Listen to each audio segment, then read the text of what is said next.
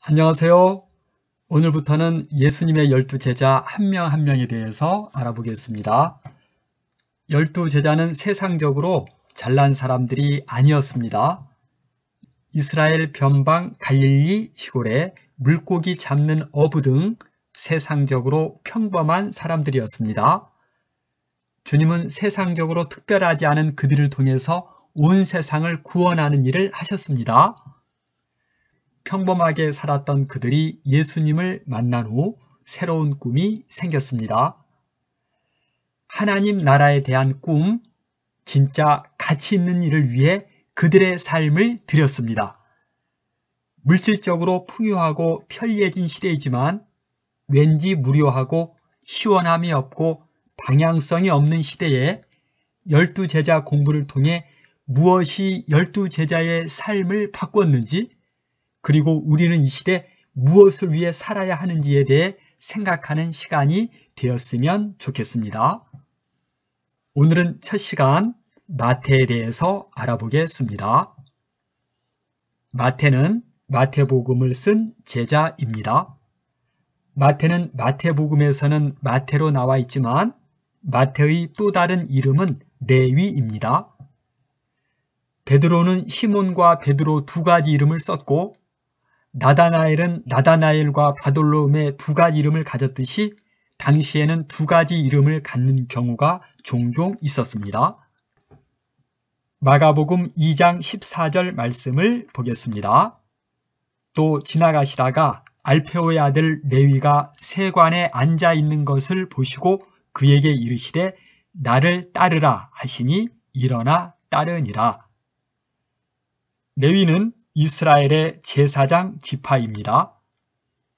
마태의 아버지 알페오는 아들에게 이스라엘의 제사장 가문이라는 것을 상기하도록 레위라는 이름을 지어준 것 같습니다.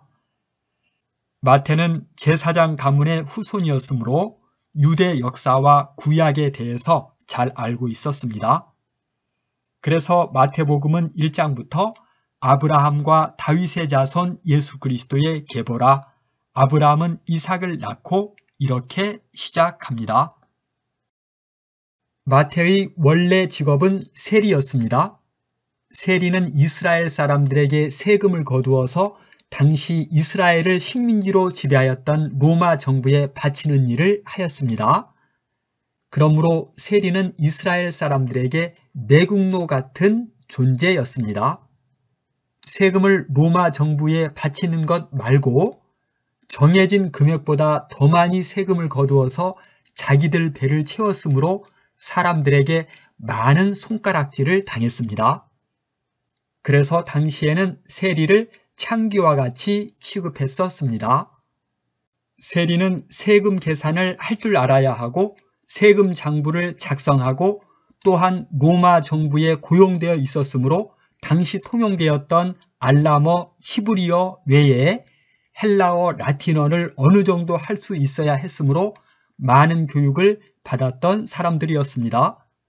제사장 후손으로 유대 역사와 구약을 배웠고 세리가 되기 위해 익혔던 언어 실력 때문에 마태복음을 기록하였습니다. 그 마태복음은 후에 수많은 사람들 그리고 우리에게까지 전해지게 되었습니다. 이처럼 내가 가지고 있는 재능은 하나님 나라 위에 쓰임받을 수 있습니다. 언어, 지식, 음악, 미술, 운동, 음식 만들기, 기술, 컴퓨터 등 내가 가지고 있는 갖가지 재능은 하나님 나라 위에 쓰임받을 수 있습니다. 세리가 되어 많은 재물을 가졌지만 사람들에게 손가락질 당했고 그의 마음은 수없이 방황했을 겁니다. 제사장 후손으로서 구약 성경을 알았던 그는 메시아가 오신다는 약속도 알았을 겁니다. 그는 예수님 소식을 종종 들었고 예수님이 그를 부르자 그는 일어나 예수님을 따랐습니다. 불의한 가치, 물질적 가치, 일시적인 가치를 내던지고 하늘의 가치를 위해 그의 인생 전체를 드렸습니다. 우리는 무엇을 위해 살아야 할까요? 우리의 삶의 목표는 무엇이어야 할까요? 변하지 않는 가치, 영원한 가치, 살아있는 가치를 위해 살아야 하지 않을까요? 누가복음 5장 29절 말씀을 보겠습니다. 레위가 예수를 위하여 자기 집에서 큰 잔치를 하니 세리와 다른 사람이 많이 함께 앉아 있는지라. 마태는 예수님을 따르기로 한 후 자기 집에 세리들과 사람들을 초청하여 큰 잔치를 열었습니다. 예수님을 따르게 된 것이 너무 기쁘다는 것이지요? 그렇습니다.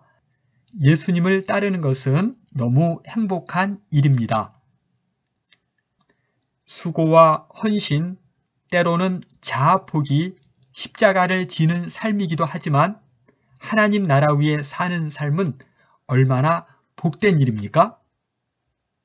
그 잔치에 초청된 사람들은 세리들과 다른 사람들이었습니다. 사람들에게 손가락질 당했던 동료 세리들을 초청했습니다. 그 밖에 세리들과 어울릴 수 있었던 비슷한 부류의 소외된 사람들을 초청했을 겁니다. 마태는 자기가 만난 예수님을 그들에게도 소개하고 싶었던 것이지요. 오늘은 예수님의 제자 마태에 대해서 알아봤습니다. 오늘 공부한 것에 대한 퀴즈도 있습니다. 맞춘 학생에게는 작은 선물도 있습니다. 다음 시간에는 다른 제자에 대해서 알아보겠습니다. 여러분, 다음 시간에 만나요.